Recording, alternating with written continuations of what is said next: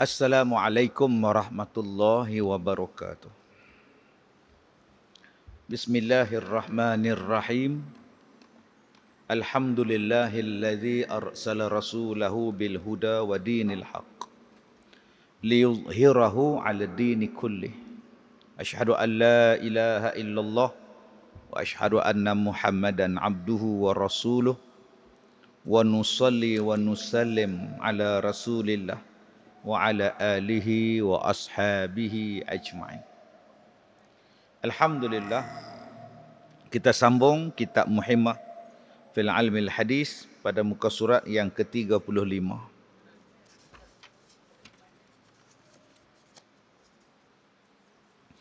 Tidakkah engkau takut, hai segala perempuan, akan azab dan seksa api neraka? Maka jikalau engkau syak, cubalah olehmu dahulu akan api dunia, sementara belum lagi datangnya api neraka Jahannam. Kuasakah kamu sabar atau tidak? Maka bahawa sesungguhnya api neraka Jahannam itu terlebih panas dan keras seksanya daripada api dunia ini beberapa ribu ganda lagi. Baik, tuan-tuan yang saya muliakan, kalau kita lihat di dalam hadis Nabi SAW memberikan beberapa peringatan kepada kita tentang orang perempuan. Ada hadis-hadis yang menceritakan bahawa fitnah daripada orang perempuan. Ada dua yang mendatangkan fitnah. Pertama, harta, dan kedua, wanita. Nabi suruh jaga-jaga sungguh dengan wanita. Bukan bermakna wanita ni jahat. Bukan bermakna wanita ni dibenci. Tapi Nabi suruh jaga. Sebab Nabi dia tahu lah pasal apa. Dan hari ini pun kita tahu jawapan dia tu pasal apa. Sekarang ni jelas lah tahu. Masya Allah. Berapa banyak yang dah jadi hilang malu, orang perempuan hilang malu. Main minum arak buat siaran langsung. Main menari terkinja-kinja buat live. Pakaian menjolok mata buat live. Mengaku pula dah buat kerja tak senonoh, buat sidang akhbar. Belum masuk lagi dengan budaya-budaya yang bukan-bukan. Mai penyanyi daripada luar negeri, duk tunggu di airport, tunggu di hotel, menjerit, dapat dipeluk oleh artis Korea ni, kira bangga habis. Semua anak dara kita, semua orang perempuan. Sebab tu Nabi pesan pada kita, orang lelaki-lelaki, jaga benda tu. Kepada bapak-bapak, tolong jaga. Pada suami, jaga isteri masing-masing. Sebab yang duk banyak bantah ni, hak jenis perempuan tadi ni. Dia bantah tentang kewajipan aurat ditutup. Dia bantah tentang isteri kena taat pada suami. Dia bantah tentang perkara-perkara yang melibatkan pusaka. Bantah Islam melibatkan tentang konon-kononnya mendiskriminasi. Fitnah-fitnah ini datang dan merosakkan mereka. Sedangkan Allah Ta'ala dah letak dah orang perempuan pada kedudukan yang sangat mulia. Allah Ta'ala jaga dah. Sampai Nabi SAW sebut, ad-dunya mata'un wa khairu mata'id dunya al-mar'atus salihah. Kata Nabi SAW, dunia adalah perhiasan. Dan sebaik-baik perhiasan dunia adalah wanita yang solehah. Jadi wanita yang solehah, engkau adalah perhiasan yang paling cantik, paling baik dalam dunia. Kalau kita pandang kepada langit, Allah Ta'ala kata perhiasan langit itu ialah bintang. وَالنَّازِعَاتِ غَرْقًا وَالنَّاشِطَاتِ نَشْطًا. Bintang tu. Allah kata langit itu dihiasi oleh bintang. Maka banyaklah orang yang memuja, memuji, melihat keindahan bintang. Meneropong, mengkaji sampai jadi seronok dengan bintang. Cantiknya bintang. Allah Ta'ala hiaskan alam ni dalam dunia ni dengan pelbagai jenis warna. pokok, buah-buahan, laut, gunung ganang mempunyai pemandangan yang sangat cantik. Belum lagi terjun dalam laut, tengok segala tumbuhan dalam laut, karang-karangan, cantik sungguh. Tapi Nabi kata, lagi cantik, lagi baik isteri yang solehah, perempuan yang solehah. Nak banding dari bintang, daripada gunung ganang, daripada laut, daripada pantai. Bayangkan tuan-tuan. Tetapi kenapa yang Nabi pesan kepada kita, jaga orang perempuan? Sebab jenis mereka kadang-kadang bila nafsu menguasai, dia tak takut dah dengan Allah. Sebab itu dalam kitab ni dia sebut, hai orang perempuan, hang tak takutkah dengan azab api neraka? Kalau nak rasa api neraka, rasa dulu api dunia. Yang tu pun tak tahan. Kita duk tengok di Hawaii, di Maui, habis terbakar. Orang tanya terbakar lagu mana? Lagu tu, lagu mana? Tak apa sepa, Ustaz. Dia bersambung kok mana? Rumah, taman, hotel. Bukannya dekat-dekat Ustaz, jauh-jauh. Takkan bomba tak dan padam. Mai lagu mana? Tak tahu Ustaz. Cuma Nabi sebut di akhir zaman api jatuh daripada langit. Bola api jatuh daripada langit. Itu tanda-tanda akhir zaman. Bila buat kajian, rupanya bola api yang mai daripada langit tu buatan manusia. Yang duk tembak-tembak berupa bom, peluru, laser. Peperangan, pembunuhan dalam bentuk yang baru. Tak payah nak pergi hantar askar, mati tentera. Tembak aja. Yang ni yang kita takut tuan-tuan. Penguasaan langit yang Nabi sebut dalam hadis tentang orang-orang yang teringin nak menjadi penguasa dalam dunia ni.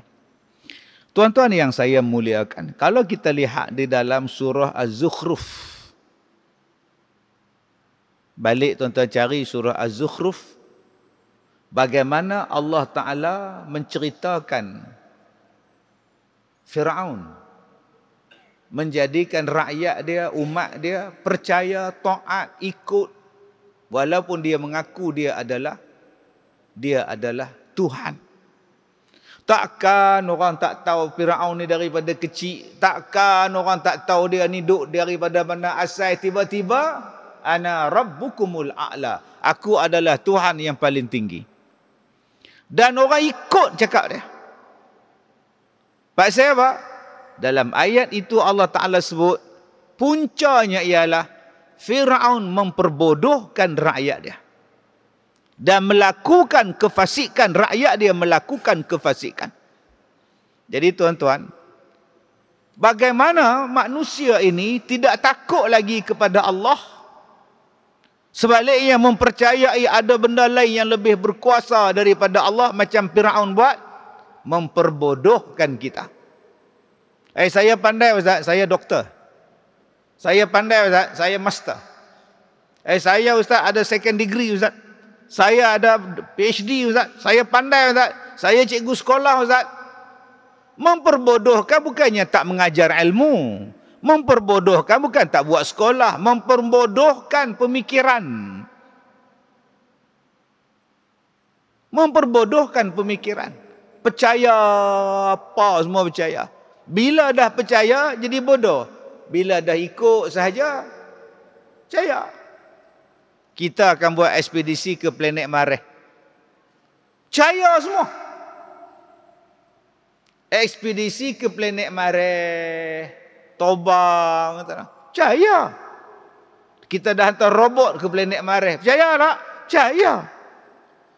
Jarak bumi dengan bulan ni 300,000 km lebih. Percaya. Hang sukat bila? Bila hang sukat? Tak tahu. Gambar bumi bulat tu pun orang percaya. Bila hang ambil gambar dari bumi tu? Hang duk tang mana ambil gambar nampak bulat tu? Bila masa kameraman pergi sana? Percaya semua, tak soal apa arah. Maka bila dah semuanya percaya, tuan-tuan, apa pun yang dia buat orang akan ikut. Kita diperbodohkan oleh sistem. Jadi macam itu. Dan bila dah diperbodohkan oleh sistem, mereka memperkenalkan pula budaya fasik.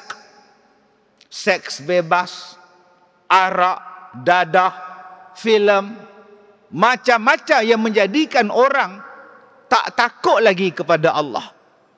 Dihiburkan dengan hiburan yang seronok, dibuatkan dengan kehidupan yang seronok.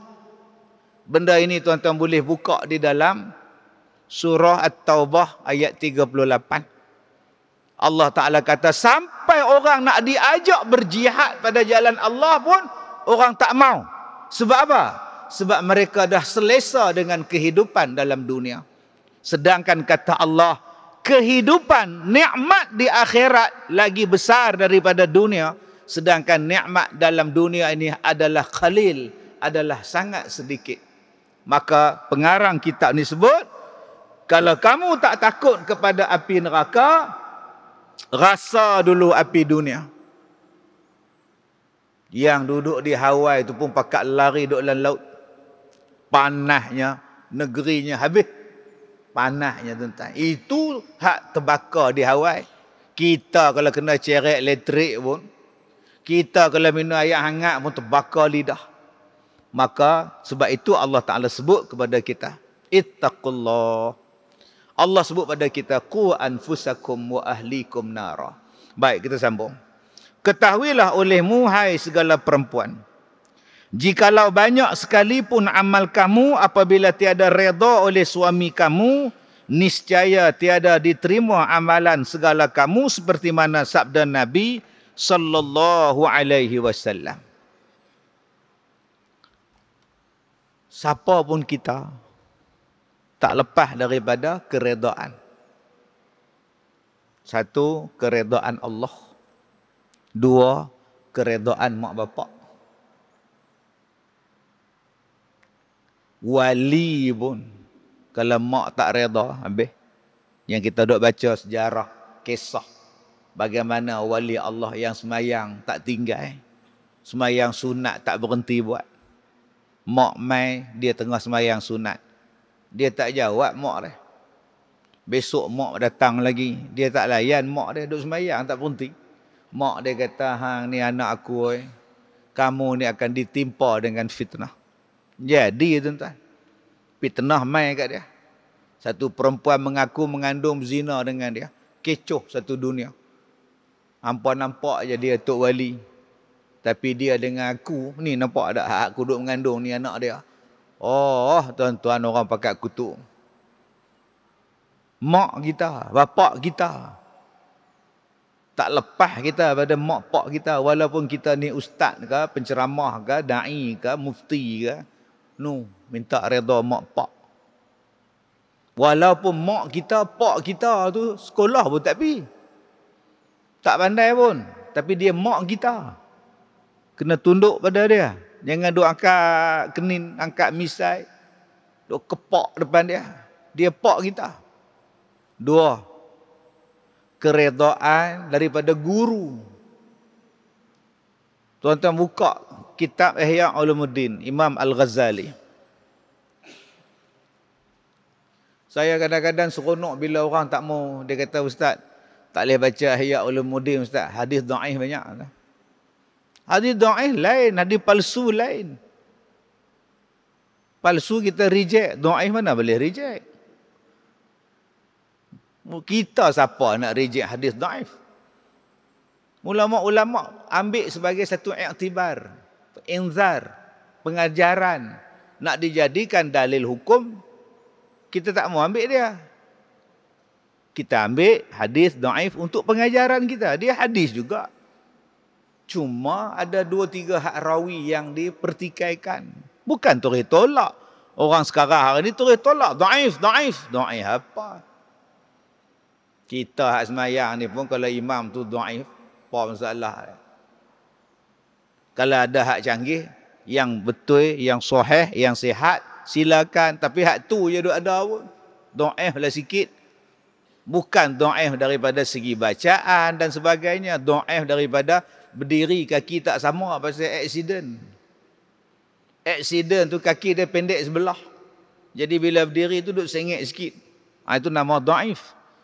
Ada hak betul dua-dua, ada bagi dia dulu. Kalau tak ada, pakailah ambil pengajaran. Sah lagi. Jadi tuan-tuan, dalam Ihya Ulumuddin tu, dia menjelaskan tentang dua perkara. Pertama, ibu, bapa secara biologi. Bin siapa? Hang bin siapa? Bin sekian. Mak hang nama apa? Maka itu adalah ibu yang dengan sebab ibu, dengan sebab bapa, mereka menikah, Allah izin, kita lahir ke dunia. Itu mak bapak biologi. Kemudian, siapa yang mengikuti mak bapak biologi ni? Nama dia guru. Guru tu macam mak bapak kamu. Dia membawa sampai ke akhirat. Tak faham tak? Kalau di hari kiamat, kita akan dipanggil berdasarkan bin kita. Kazim bin Ilyas dipanggil berdasarkan kepada bin. Sebab tu Nabi suruh kita bubuh nama yang elok. Sebab nama tu akan dipanggil di hari kiamat. Tapi setengah orang kata hadis tu dhaif ustaz. Tak apa, buh anak nama Firaun. Walaupun hadis tu dhaif, pengajaran dia bagus. Bubuh nama anak yang baik. Di mana salahnya? Imam Ghazali bacakan hadis tu dalam kitab dia. Panggillah kamu dengan Nabi sebut akan dipanggil manusia ni berdasarkan nama mak bapak dia. Mak bapak dia. Bapak dia. Satu lagi yang akan berkait dengan kita sampai ke kiamat. Bukan setakat mak bapak kita. Guru kita. Sebab siapa Ustaz? Mak bapak saya melahirkan saya. Guru apa kena mengena dengan saya? Hang semayang siapa aja?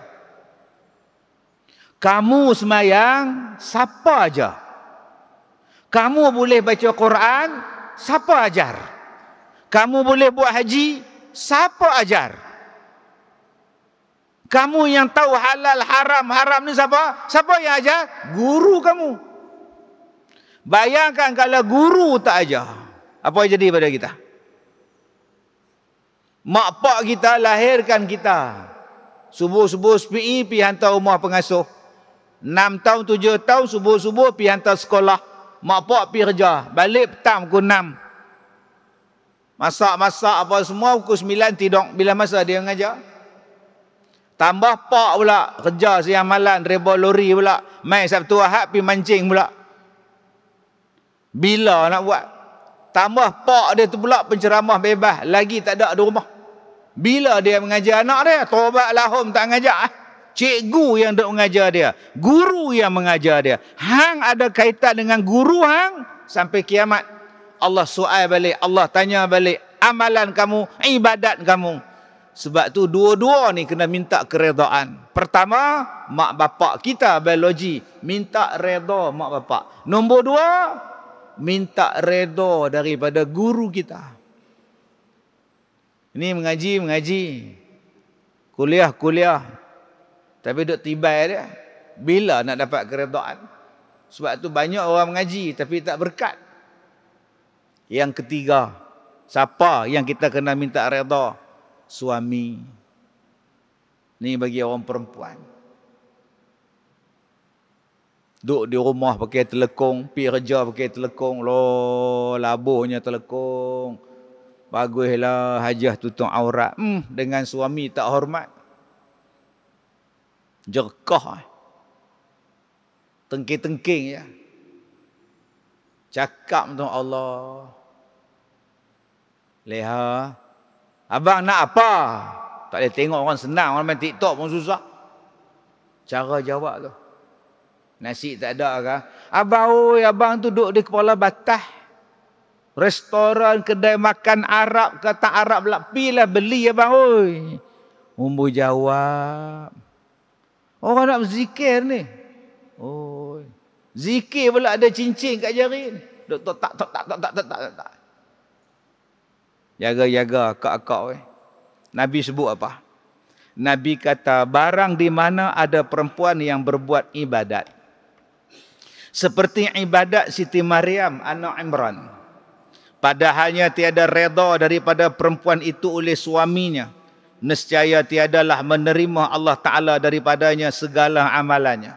Dan dimasukkan dia ke dalam api neraka. Bersama dengan segala kafir, munafik.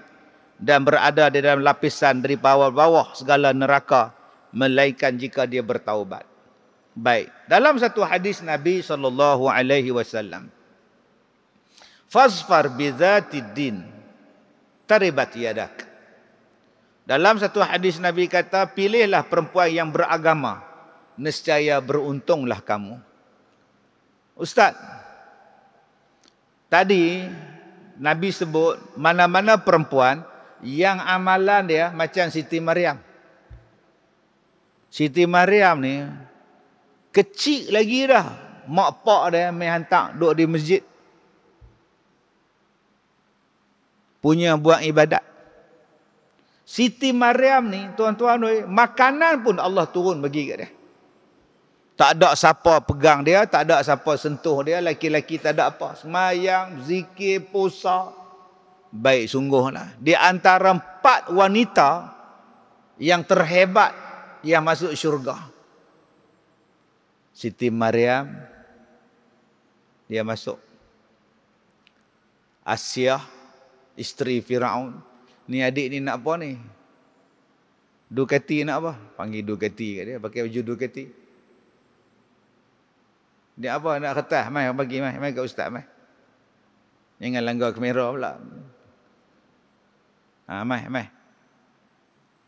Mai sini. Nama apa? Amran. Amar. Okey, surat cinta ni. Apa tu cerita surat cakap? Okey. Baik. Sagi. Nama terima kasih Amar ya. Ya, Amar Akbar Anthony, insya-Allah. Baik. Tang mana Amar mai lupa tu yang saya. Asyah isteri Firaun. Ni ketua dalam syurga ni. Yang ketiga Khadijah. Ni hebat dalam syurga ni. Fatimah. Masya Allah. Akak-akak kalau janda, tak ada laki. Cuba contoh daripada Maryam. Orang kata macam-macam, dia tak peduli, dia buat ibadat. Akak-akak kalau dapat suami yang jahat macam Firaun tu, cuba tengok Asyah. Mana ada suami jahat macam Firaun? Suami kita tak sejahat tu lagi. Firaun ni bunuh budak-budak. Bukan seorang. Gila pula habis mengaku Tuhan. Apa jadi pada Asyah? Dia tetap sabar. Allah bagi dia syurga. Nabi Muhammad itulah, ya Allah, yang duk korban siang malam, pagi petang sampai mati. Isteri baginda Siti Khadijah. Nak cari hak contoh di 4 orang ni ada pada kita. Kita anak yang berbakti pada bapa, ada contoh dia, nama dia Fatimah ahli syurga. Kita isteri yang duk korban pada suami, ada tak contoh dia? Ada, nama dia Khadijah. Kita isteri dapat pula suami jahat, ada tak contoh dia? Ada, Asyah. Kita ni tak menikah, kita ni ibu tunggal, duk seorang-seorang, ada tak? Ada bela anak seorang-seorang, ada, sabar. Allah bagi kekuatan pada hang, nama dia Maryam. Alhamdulillah Ustaz, saya ni macam Maryam Ustaz. Oi, mak ngah ni macam Maryam lah Ustaz. Oi. Alhamdulillah, zikir la ilaha illallah tu 10,000 sehari tak? Baguslah. Quran 10 hari 10 juzuk 1 hari Ustaz. 3 juzuk khatam. Mak ngah ni Ustaz, puasa tak tinggal Ustaz. Puasa sunat pun mak ngah tak tinggal. Ustaz bayarlah mak ngah rajin puasa. Hari raya pertama pun mak ngah puasa. Oh, sesat sungguh dah mak ngah ni. Raya pertama pun puasa. Tiba-tiba mak ngah lawan suami mak ngah. Mak ngah tak dapat keredaan suami mak ngah. Mak ngah herdik dia, bantah dia, lawan dia, tak hormat dengan dia. Tak diterima amalan mak ngah. Nabi sebut pula, sebab itu suami-suami dia sebut fasfar bidzatid din taribat yadak. Maka suami-suami laki-laki nak cari isteri, cari yang beragama. Insya-Allah engkau untung. Ustaz, isteri saya beragama Ustaz. Macam mana abang tahu dia beragama? Dia ustazah, okey. Dia dulu masa maktab ambil pengajian Islam, okey. Dia pi kuliah maghrib tiap-tiap malam Ustaz oi. Oi bagus Jadi dia tu kata banyaklah ilmu dia Ustaz. Abang faham ilmu tu tang mana abang? Yang kata ilmu tu tang mana? Mai habaq mai. Adakah dalam kitab ilmu atau dalam dada? Atau apa? Dia kata kitab ilmu. Yang kita duk mengaji tu ilmu dah. Sebab tu Imam Ghazali dia sebut dalam kitab Ihya Ulumuddin. Yang dikatakan ilmu tu apa dia? Apa yang kau beramal dengan ilmu kau? Yang kita duk beramal dengan ilmu kita ni, itulah ilmu. Tuan-tuan sembahyang maghrib tadi. Mana tahu batal, mana tahu sah, mana kena baca wajib, mana yang kata sunat, mana yang kata rukun. Ilmu tu, itulah ilmu. Yang kita amalkan. Berapa banyak orang yang ada ilmu tapi tak amal. Belum tentu tak. Imam Ghazali kata, ilmu itu ialah yang memberi manfaat pada engkau. Sebab itu kita minta doa, ya Allah berikanlah aku ilmu yang bermanfaat kepada aku. Nak cari orang berilmu bersepah tuan-tuan. Sekarang ni beratus ribu setiap tahun masuk universiti. Budak lepasan SPM setiap tahun ratus ribu. 70% masuk universiti, college universiti. Yang tak sambung SPM berapa persen je. Ilmu banyak. Tapi berapa banyak yang bermanfaat untuk mereka. Maka Imam Ghazali kata, yang dikatakan ilmu itu apa yang memberi manfaat pada engkau. Maka barulah engkau dipanggil berilmu. Kalau tidak, belum berilmu. Tuan-tuan yang saya muliakan. Nak cari keredaan daripada mak, cari keredaan pada guru, cari keredaan kalau isteri daripada suami dia. Baik. Dan sabda Nabi SAW, barang di mana perempuan yang menelik ia kepada muka suaminya dengan muka yang masam, nescaya dituliskan Allah Ta'ala dengan sebilang-bilang tiap-tiap bintang di langit kejahatan. Maka jika mati ia dahulu daripada redha suaminya, nescaya dia masukkanlah ia ke dalam neraka.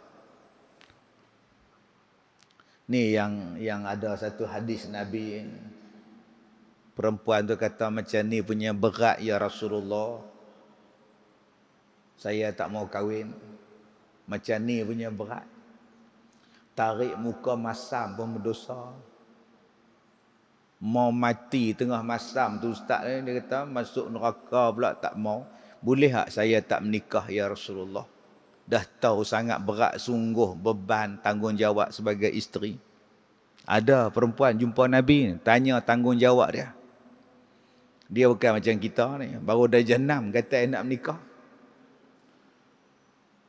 PMR tak habis lagi dah. Duk bercinta dah. SPM tengah duk periksa. Duk bercinta dengan cikgu. Dia tengok cikgu, cikgu tengok dia. Bila nak jawab SPM? Nak menikah dah. Allahu Akbar. Baguslah menikah muda-muda tu bagus. Tapi kena belajar tanggungjawab. Baru ni saya buat kursus untuk pasangan yang dah kahwin di Melaka. Beratus datang, duduk dua orang, laki bini, laki isteri semua duduk. Penuh dewan-dewan ni. Saya kata macam ni kena buat. Pas menikah tak main kursus dah. Dulu waktu nak menikah, kursus ambil sijil. Dapat sijil, hilang. Royuk betul. Bila pula nak main berdua ni? Bila mahkamah panggil, tuan qadhi panggil, nak bergaduh, nak bercerai, baru panggil. Sebelum bercerai, kenapa tak buat program? Masjid kita ni kena buat dah program. Program pemantapan suami isteri. Perbetulkan balik. Apa masalah yang timbul lepas kahwin. Waktu bertunang tak nampak. Waktu bercinta tak nampak. Waktu belum nikah tak nampak. Dia terbit mai bila menikah. Dia jadi sombong baran. Dia jadi tak romantik. Dia jadi macam-macam ustaz. Dia jadi tak tahu. Macam-macam benda suami saya buat. Lepas tu baru tahu. Belum tu ke manjalah. Awak manjalah. Duk wak-wak tiap-tiap hari macam burung. Pas menikah, aku. Kena buat tuan-tuan, tiap-tiap bulan. Buah meja dua, jangan duduk bersila macam ni, lengah. Pasal lepas menikah ni terbit penyakit. Gauk lah apa lah. Buah kerusi elok-elok, buah meja elok-elok, dengar kuliah. Buat kursus pemantapan. Bukan pemantapan akidah, pemantapan tanggungjawab suami, tanggungjawab isteri. Sebab ada yang lepas kahwin, isteri yang tanggung suami dia. Lepas kahwin ni, suami kata, saya malas kerja, tak payah. Payah bos saya ni, payah. Saya lah duduk rumah senang, tak payah. Duduk rumah bos semua, jiwa tenang. Tu siapa kerja? Isteri. Betul? Di rumah, dia. Di makan, dia. Abang buat apa? Main lato-lato. Elok. Apa punya lelaki ni? Kemudian isteri kata, ustaz, macam ni nak dapat keredaan. Saya tak tarik muka masak macam mana, ustaz. Abang pilih kerja, abang. Oi. Motor ada, kereta ada, pilih buat grab ke apa ke.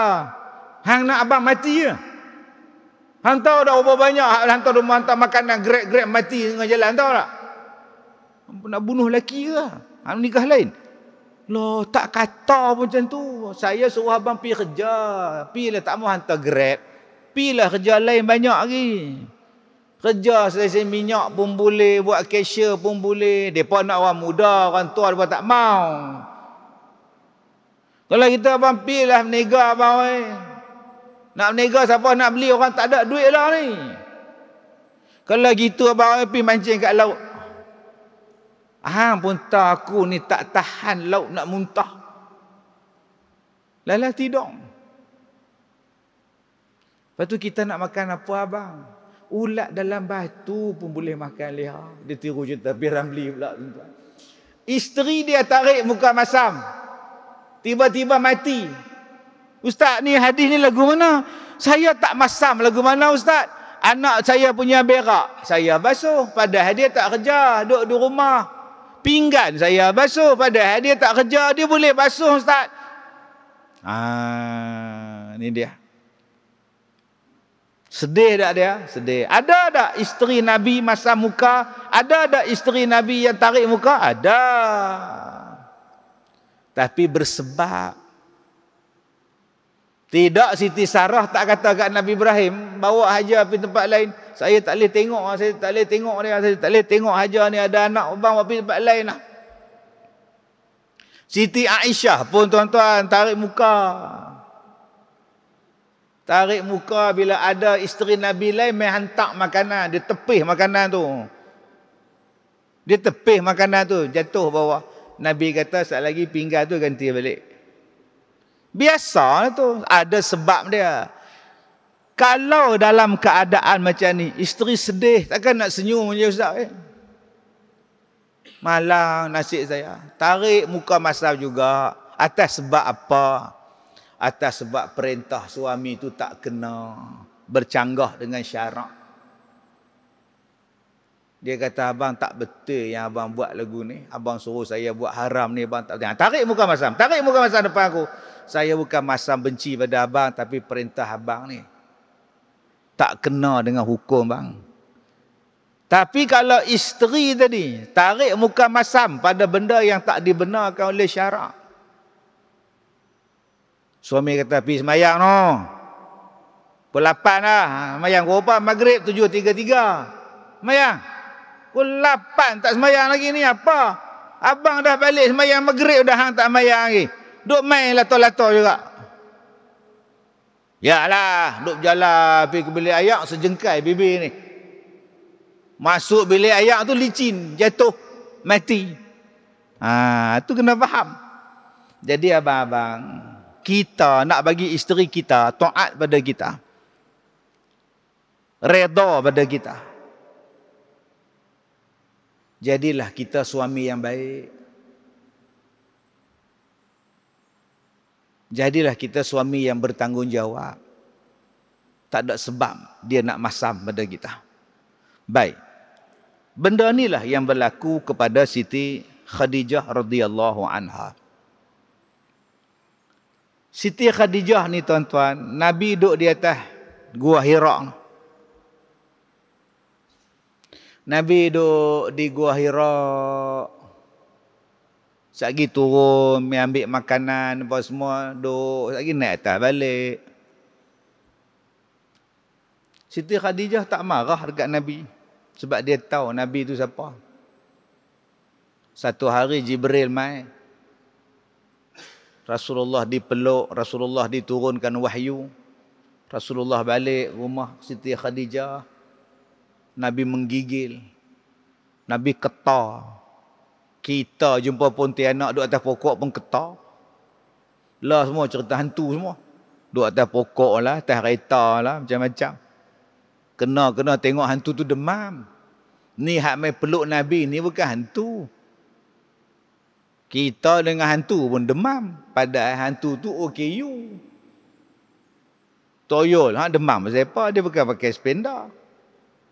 Dia OKU, seluar pun tak pakai. Jentik lato-lato dia, selesai masalah. Tapi punya takut lah. Takut dekat pocong. Pocong ni tuan-tuan, 10 langkah je larat. Lompat, lepas tu letih tu. Kita nak takut kejadah apa? Dengan zombie pun kita takut. Zombie lagi lambat, dia goyang kepala. Dia bukannya laju, takut pasal apa? Tapi takut pada hantu tu lebih takut daripada Allah. Selama roh yang makan rasuah. Tak semayang selama roh. Jumaat tak semayang. Selamba. Orang semayang Jumaat dia makan nasi kandar. Kuah sotong. Tuhan tak takut ke dengan Tuhan? Macam mana kita nak ajak orang supaya takut dengan Allah? Sedangkan khutbah Jumaat, tiap-tiap Jumaat, ittaqullah, ittaqullah. Bila Nabi balik dalam keadaan ketang tu, cuba tengok isteri solehah ni macam mana. Siti Khadijah ni tenangkan suami dia. Selimutkan suami dia. Dia tak kata dekat Nabi, rumah duk elok-elok, gatai duk dalam gua. Kena peluk dengan siapa tu, balik demam menyusahkan orang. Mana ada Nabi, isteri dia cakap macam tu. Dia bagi semangat dekat suami dia. Ni kata isteri solehah. Suami menega 2 hari tak pergi dah. Kenapa bang? Orang tak main kedai kita, modal pun tak balik. Abang lah bodoh, tua-tua baru nak menega. Muda-muda tak mau menega. Ni bahasa isteri sekarang ni. Kenapa motor tu bang? Rosak. Lain kali beli second hand lagi, belilah, beli. Dah tahu dah second hand, katai beli. Lah motor rosak, sekali rosak je mana? Orang kata marah. Boom. Langsung tak bagi semangat. Abang hari ni puasa sunat tak? Puasa betul-betul. Jangan puasa yang yuk pula, pukul 12 buka. Tak ada langsung nak bagi semangat. Tak ada. Abang pergi masjid tak tadi? Abang pergi buat apa? Sajalah duduk belakang. Baru nak pergi masjid. Tak pernah bagi semangat. Ada je tak kena. Dia tak jadi macam Khadijah tu. Ala ukhbiruka ya. Kata Nabi, disebutkan kepada kita, kepada Khadijah, dia sebut kepada Nabi SAW, kalla wallahi, demi Allah wahai Rasulullah, sesungguhnya Allah Ta'ala tidak akan membiarkan kamu. Dia kata, Rasulullah, wahai suamiku, Allah tak akan biarkan kamu. Allah tak akan biarkan kamu. Allah akan jaga kamu. Sebab apa? Sebab kamu menyambung silaturrahim. Yasilur rahim. 2, sebab kamu bagi makan orang. 3, kata Khadijah, sebab kamu menolong orang miskin. Yang keempat, kata Khadijah, sebab kamu memberikan hak kepada orang yang patut menerima haknya. Dan yang kelima, sebab kamu memuliakan tetamu. 5, sebab ni wahai suamiku, Allah tak akan sia-siakan kau ya wahai Rasulullah. Jadi abang-abang, kalau nak supaya Allah jaga kita, buat 5 benda ni. Tuan-tuan nak tak Allah jaga kita? Buat 5 benda ni. Nombor 1, jangan putus silaturahim. Hak mana duk kempen teruk-teruk orang itu, sudahlah. Dah habis lah. Sambung balik silaturahim. Jangan ada dendam, jangan ada kutuk, jangan tak cakap, jangan tak salam. Jangan duk tengok dia ni yang tak mau salam dengan aku itu. Dia ni tak pangkah itu. Tak usah. Habis lah, tutup buku. Kalau nak supaya Allah jaga kita, sudah. Kempen siang malam, besok kena pergi kerja. Tak kerja, tak ada makan. Sama. Hak menang ke, hak kalah ke, hak pangkah ke, tak pangkah ke, semua kena pergi kerja ke. Tak kerja, tak jalan. So, apa masalah kita? Nak bayar tu, kita bayar. Kereta kita bayar. Rumah sewa kita bayar. Beli beras pun kita bayar. Tak ada apa. Sebab tu berpada-pada. Jangan sampai putus silaturahim. Benci pada orang, jangan melampau had. Nombor 2, apa yang Nabi buat? Nabi bagi makan orang. Dengan sebab Nabi tu bagi makan orang, jamu orang, Allah jaga dia. Siapa yang paling banyak jaga bagi makan orang selain pada Nabi Muhammad ni? Nabi-Nabi. Nabi Ibrahim tu kalau dia makan, dia pastikan dia makan dengan orang. Bayangkan. Dia ada makanan tu, dia panggil orang makan dengan dia. Kongsi dengan dia. Kita kalau makan pula sorok lah, tak tahu nak habang. Tak percaya buat rombongan naik bah. Duk menyorok balik langsir bah, duk makan keripak. Orang sebelah macam tak bau. Punya kedekut tuan. Macam mana Allah nak berkat perjalanan bah tu? Dah tahu dah kita nak naik rombongan 40 orang. Bagilah pergi goreng keripak 80 biji. Bagi seorang 2 ketui. Ni tak. Duk makan keripak tu. Makan di depan. Hak belakang mu dengar. Prak. Dia tak bagi makan orang. Allahu Akbar. Nombor 3. Nabi bantu orang miskin. Nabi bagi yang hak kepada orangnya. Dan yang kelima, Nabi meraihkan tetamu. Nabi melayan tetamu. 5 benda ni Siti Khadijah nampak perbuatan Rasulullah. Sebab itu bila Rasulullah kena peluk dengan Jibril, Khadijah kata, ya Rasulullah, jangan takut, Allah tak akan sia-siakan kau. Sebab kau 5 benda ni kau buat, Allah jaga kau. Jadi tuan-tuan, dalam hadis tu Nabi buat 5 benda dan Allah jaga Nabi. Jom kita buat 5 benda tu. Ini kita ni ialah payah cakap zaman sekarang ni ialah kita hormatlah. Orang nak berzikir lepas sembahyang buat. Orang berzikir. Zikir subhanallah subhanallah subhanallah subhanallah. Buatlah. Orang buat bubuk Asyura, buatlah. Bagi makan orang. Bubuk Asyura, tak mana salahnya. Potong kek, buh lilin pun orang duk buat. Duk hembus lagi, Nabi tak nak buat pun. Sambut hari jadi. Buh kek sampai 80. Tiup tak lepas 80. 60 je padam. Sakit nada, mati tu. Kita tak kata pula. Kalau kita tak mau buat macam itu, zikir lepas mayang tak mau, apa semua tak mau, kita buat apa yang Nabi buat. Baru cantik. Jom kita buat apa yang Nabi buat. Apa dia Ustaz? Nabi sambung silaturahim. Nabi bersalam, Nabi bagi salam. Hari ini kita bersalam dengan orang kenal. Kita bagi salam dengan orang yang kita kenal. Orang tak kenal mampu pihak. Mana dia yang kata hang ikut Nabi? Hang putih silaturahim sana, hang maki orang sini, hang maki orang sana. Di mana yang kata perbuatan Nabi? Ada tak hang bagi makan orang? Tak ada. Hari ni ada tak bagi makan orang? Tak ada. Kita aja makan. Kawan kita tak belanja, jiran kita tak belanja.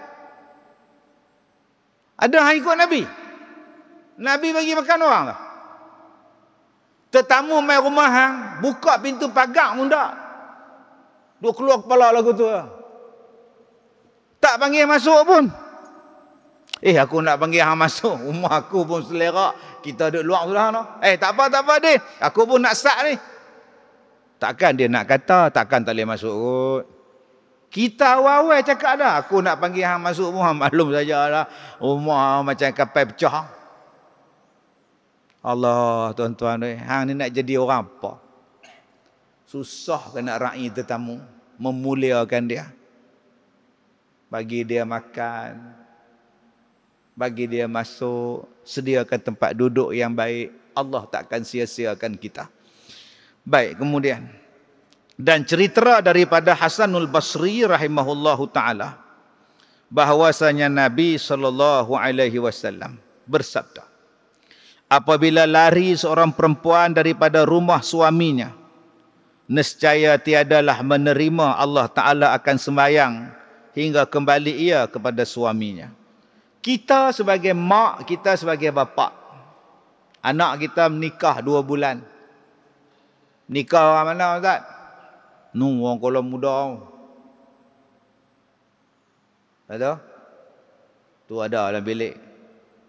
3 hari dah balik. Kenapa pakcik? Biasa budak-budak. Gaduh pa dengan lelaki tau. Ada tau. Tu lelaki tak main cari. Lelaki ada telefon, dia tak angkat. Biar pergi depa lah. Tu pakcik tak nasihat anak pakcik, suruh balik ke rumah dia. Saya rumah tangga depa tak, saya malas campur Ustaz. Apa masalah tu? Biasa. Budak-budak Ustaz. Dia merajuk pak tau. Laki dia janji nak pi Aeon. Entah? Laki dia tak pi, tak ada kerja pak atau bos suruh buat OT pak tau. Jadi kawan duk siap dah, duk tunggu. Tak balik-balik lagi. Pukul 11 pun sampai. Bye-bye lah. Telefon pun tak, bagi tahu pun tak, dia duk tunggu dah. Betul? Balik baru habaq kata ada OT, emergency. Besok balik rumah, main mengadu kat mak dia lah. Oh, kecil punya hal lah. Biasa. Dah pakcik gelap siapa? Pakcik tahu dia sembahyang maghrib tadi, isyak tadi, subuh besok, Allah tak terima sembahyang dah. Patut pakcik kata, hang pergi balik. Pergi balik. Bukan kita defend dia, bukan kita sorok dia, bukan kita tahan dia. Hang duduk sini. Selagi laki hang tak main, hang jangan balik. Kena ajak kat laki hang tu. Ajak betul. Kita sebagai mak bapak ni, suruh dia taat pada Allah, taat pada suami, taat pada Rasul. Pergi balik. Panggil menantu kita. Den, main ambil ni. Mini hang dah sini ni. Lain kali hang tu nak OT ke, hang nak pergi menabang lah, kawan duk tunggu pada pukul 4 petang ni. Nak bawa Aeon ke apa, bagi tahu lah. Saya terlupa pak oi. Tak terlupa pun minta maaf lah. Dah minta maaf lah, dia tak tahu merajuk sungguh, marah sungguh. Ambil ambil. Ni kalau saya ambil dia marah saya tak? Dah aku ada. Mai. Itulah pak, itulah mak. Bukan main balo je. Kita pak oi, abang oi, kita macam mana pun mesti belah anak kita. Tu orang luar, menantu tu orang luar. Jangan macam tu. Kita ikut belah Tuhan, belah agama. Baik. Assalamualaikum. Berkaitan dengan fitnah wanita, wanita pada masa kini sangat berdikari, berkerjaya, biasa ke sana kemari secara berseorangan atas urusan kerja, urusan rumah tangga, urusan peribadi. Apakah hukumnya seorang wanita yang masih bujang perlu keluar negeri seorang diri, sama ada dalam Malaysia atau luar negara atas urusan kerja ataupun untuk tujuan melancong, terutamanya dalam negara. Baik, tuan-tuan yang saya muliakan. Dulu, bila saya duduk nak pergi umrah, duduk di airport, saya tengok ramai anak-anak perempuan, anak-anak dara ni tudung labuh, pakai jaket, pakai apa semua ni, sweater semua ni. Jadi saya pun nak pergi, nak boarding apa, nak masuk check in barang tu, jumpa dengan pak-pak, mak-mak depa. Ni abang hantar anak ke? Depa nak pergi Mesir. Oh, anak-anak perempuan lah. Dia lepas tanpa semua ni, dia pergi Mesir lah. Oh. Umur berapa ni? Dia umur 22. Oh, bagus. Tak apa, selamat. Dia dari pergi Iskandariah ke, ni pergi Qahirah ke, Alexander ke apa? Ni Qahirah.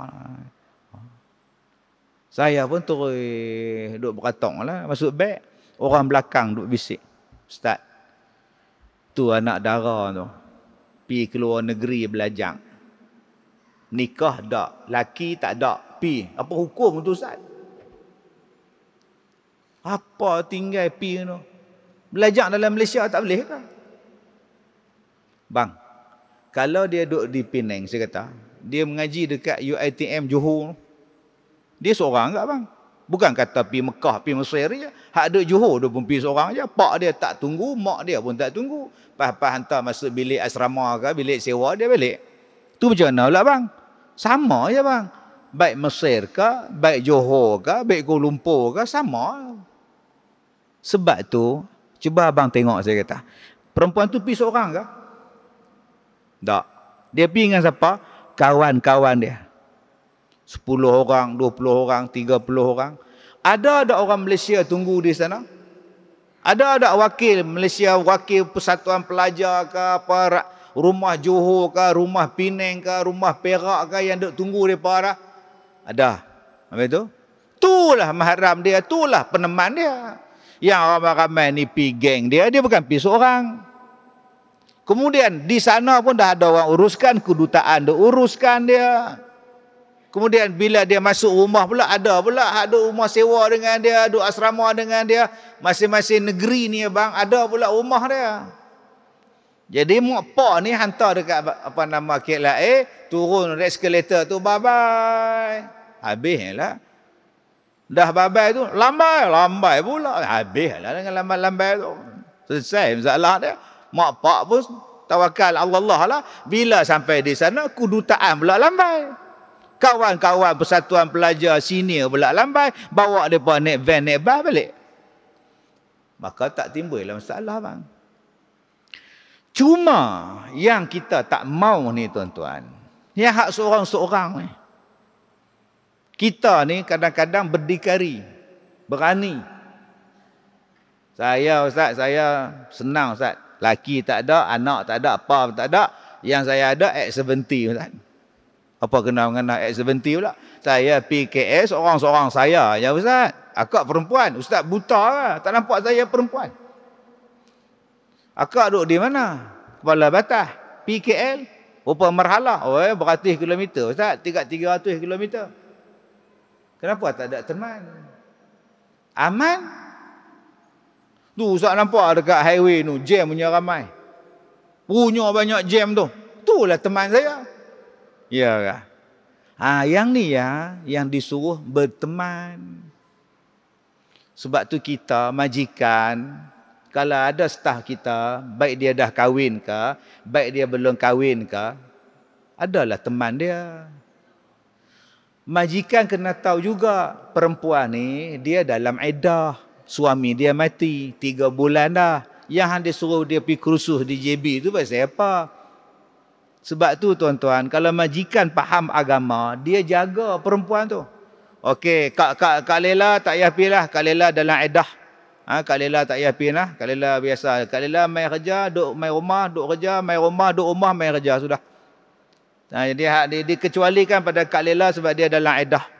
4 bulan, 10 hari. Jadi Kak Lela tak payah pergi. Pasal dia iddah mati laki. Kan senang hidup. Tuan, saya tak boleh pergi kursus. Saya dalam iddah. Arahan. Ini arahan. Kalau tak mau terima arahan, berhenti. Tuan, ni bukan masalah nak berhenti. Bukan saya tolak arahan. Tapi perintah agama melarang orang perempuan dalam iddah pi tempat hak dia tak biasa pi. Dak hang nak ikut agama hang ke nak ikut kerja aku? Oh, sombong Belagak tuan. Sambar peti mati tu. Baik. Jadi mana-mana pada orang perempuan, janganlah rasa bebas sangat. Kalau sekadar duduk pusing tempat kerja seorang ramai, tu tak sampai 2 marhalah. Rumah kita bertam indah, tempat kerja taman bertam, tak apalah. Rumah kita duduk di belakang ni saja, tempat kerja jabat tanah tu tak sampai 10 km, tak apalah. Ni berani seorang-seorang hiking. Pergi Kinabalu, seorang-seorang dia. Bawa beg satu. Bawa handphone, bawa apa semua tu. Pergi Nepal. Panjat gunung. Pasal apa? Dah aman Ustaz. Saya pasang kemah seorang-seorang. Kemudian minum kopi seorang-seorang. Buat live pula. Healing. Healing? Main orang jantan sekali. Aman Ustaz, kita ada undang-undang Ustaz. Silakan. Dah Nabi kata kena ada teman. Teman. Pi. Baik. Yang kedua. Berkaitan dengan hukum wanita ke masjid terutamanya untuk jemaah. Berjemaah pada waktu subuh dan isyak.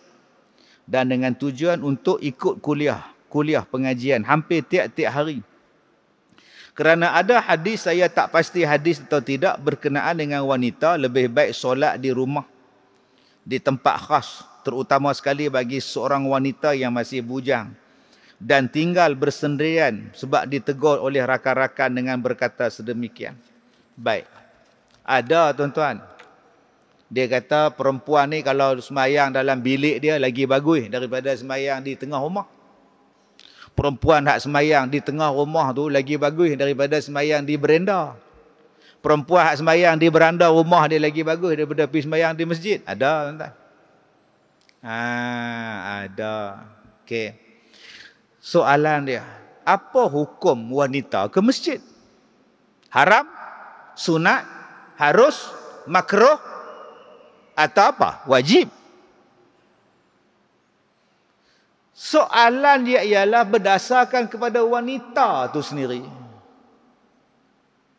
Letak pada dia. Kenapa akak ke masjid? Saya nak belajar Ustaz. Saya langsung tak tahu. Mak saya mati, pak saya mati. Saya pun tak ada laki. Di masjid tu, dia orang mengajar fardu ain Ustaz. Dia orang belajar tauhid, dia orang ajar masalah fiqh. Lagipun saya nak pergi haji, saya nak buat kursus haji di masjid. Maka pilah belajar fardu ain, wajib pi belajar. Tak timbul masalah. Ustaz, saya tak maulah pergi masjid. Kenapa Kak Nak? Allah. Kak Nak kena 2 kali Ustaz. Kak Leha lagi banyak, 8 kali Ustaz. Apa? Ada orang jantan duduk dalam jamban. Mereka ada kamera Ustaz. Mereka duduk ngendak kami. Loh. Lepas tu ada kes hari tu laki-laki menyamar jadi perempuan pakai purdah, pakai telekung. Lepas tu duduk rabak kami minta air. Ada orang kena ke? Ada, opah som kena. Lah, opah pun kena. Maka kalau ada fitnah pada perempuan tadi, semayang di rumah lagi baik. Tapi saya nak ikut pengajian ustaz. Depa ada live. Pergi belajar dengan live. Pasal apa? Pasal menimbulkan fitnah. Pasal apa menimbulkan fitnah? Hang datang ke masjid tu pula dengan pakai kain belah, tak tutup aurat. Bukan kata Tok Siak, Tok Imam pun tak jadi angkat takbir. Duk tengok lu. Kalau macam tu, hang tak usah pakai lagu ni. Kalau hang pakai juga, pergi balik. Pernah berlaku dekat sahabat, dia pergi masjid ni, perempuan kan lagu mana atau pakai minyak wangi, sahabat tahan. Balik pergi tukar baju lain, wangi sangat hang ni, main lain. Pergi tukar lain. Kalau hang nak main masjid, jangan duk pakai wangi-wangi macam ni. Dia jadi fitnah. Itu maksud dia tu.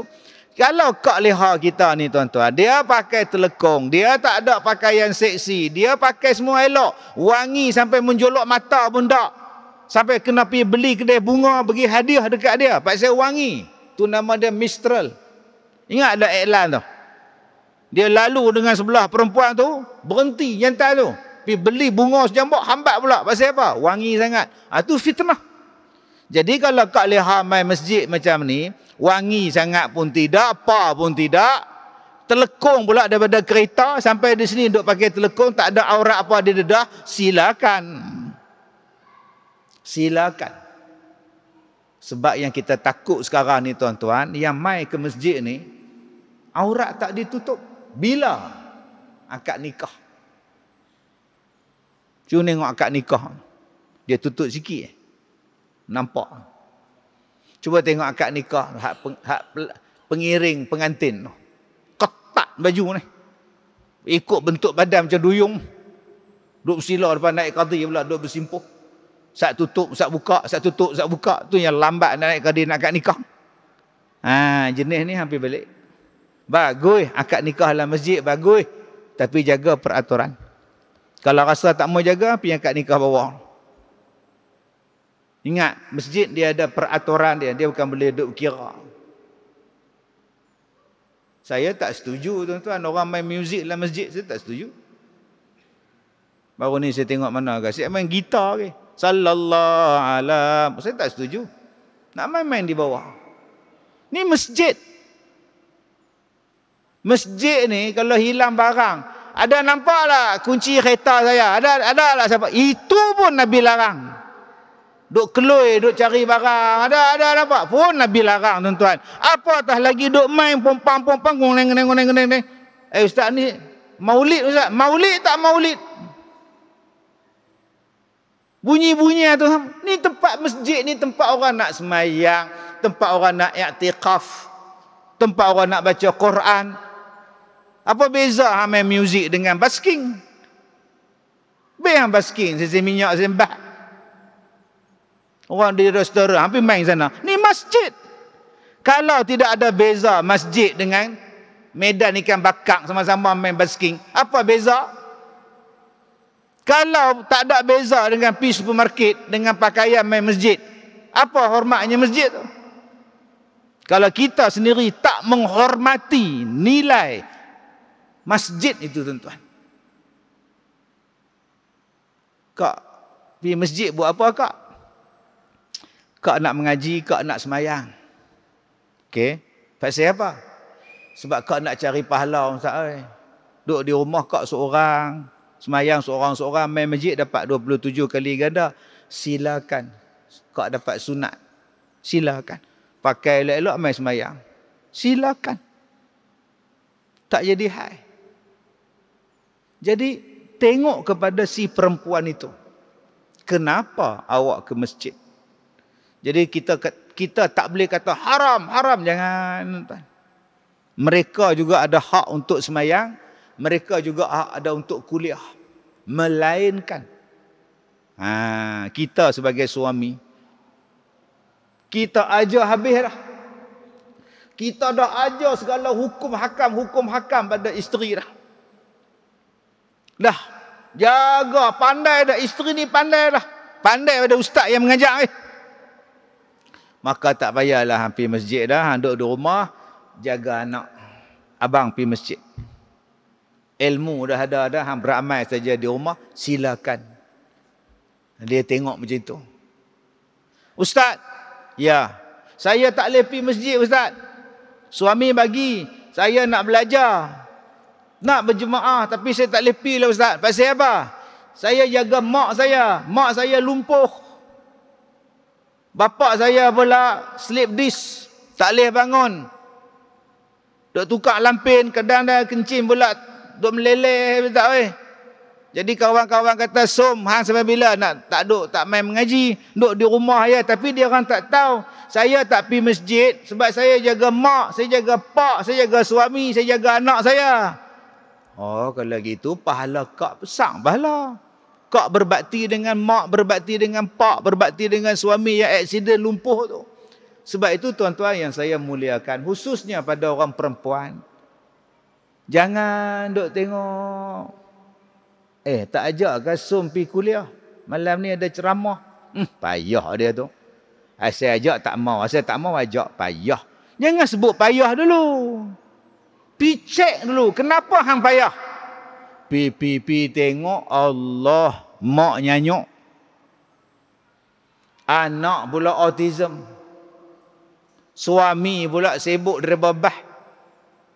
Yang pak pula stroke. Macam mana saya nak pi kat nak pun. Kalau saya pi, anak ni autism, sekali dia menjerit, dia pijak tok dia, mati pula. Hak tok dia pun tu dia lah. Kata nyanyuk, duk biak sekali lagi, dia berak, dia makan taik dia. Yang pak tu pula stroke, duk ya, siapa nak suap dia makan. Tapi orang tak faham, orang duk kata saya tak suka. Sudah tuan-tuan. Sebab tu kalaulah kita berlapang dada, tengok satu-satu kan senang. Jangan kita pukul rata. Apa nak jadi ni? Sabar sat dulu. Dia jaga mak, dia berbakti pada mak, dia berbakti pada anak, dia berbakti pada suami dia. Besar sungguh dah pahala tu. Sebab bukanlah menjadi fardu kifayah pada mereka orang perempuan. Kita yang kena main jemaah ni. Tapi tak boleh kita menghalang mereka untuk datang. Mereka juga nak jemaah, mereka juga nak dapat pahala i'tikaf, mereka juga nak dapat kuliah. Sebab tu kadang-kadang saya ingat saya tengah ceramah tu, orang perempuan tu buka lah lansir, bidai tirai tu buka. Mai tok siok dia rentak mu, tutup haram. Oh, kesian sungguh. Saya duduk tengok bahagian bawah lansir tu. Apa-apa duduk mengendap nak tengok muka ustaz tu. Lah dia nampak saya babai dia. Put dia letak balik tuan. Cengeng sungguh Tok Siak ni. Sampai buka lansir macam tu pun tak boleh. Tak apalah, hang tak bagi sangat. Buhlah TV kat depa. Buh besar. Bayangkan tuan-tuan dengar ceramah, tak tengok muka orang, tuan-tuan rasa apa? Lain tuan-tuan. Setengah-setengah tempat di masjid bagi orang perempuan, kipas pun tak ada. Kalau ada pun kipas tahap sakaratul maut. On switch ya, makcik leha tu ngucap lah di bawah tu. Sebab kita kata orang perempuan ni apa dah. Dia tak tahu perempuanlah yang penyumbang paling besar sedekah pada masjid. Mai kenuri kendara, mereka lah ke depan. Mai menghidupkan masjid, mereka lah. Tapi kadang-kadang tandas orang perempuan jauh. Lampu tak cukup, kipas tak cukup, keselamatan untuk mereka tak cukup. Tuan-tuan yang saya muliakan, mudah-mudahan kuliah kita pada malam ni ada kebaikan, keberkatan daripada kita. Jadi akak-akak, janganlah masa muka. Recap balik daripada kuliah kita. Jangan masa muka tak tentu hala. Ya, kadang-kadang kita tarik muka masam pada suami. Dengan sebab itu kita dibenci pula, dilaknat pula oleh malaikat. Masam muka. Sabak banyak-banyak. Tak payah tarik muka masam. Senyum saja. Rasa-rasa tak mau nak senyum, pergi tempat lain. Pergi buka peti air bagi atas, masuk kepala dalam tu. InsyaAllah. Tak payah muka masam nah. Jadi kok lain pula muka masam tu. Wallahu a'lam. Saya minta maaf jika terkasar bahasa. Wabillahi taufiq wal hidayah. Assalamualaikum warahmatullahi wabarakatuh.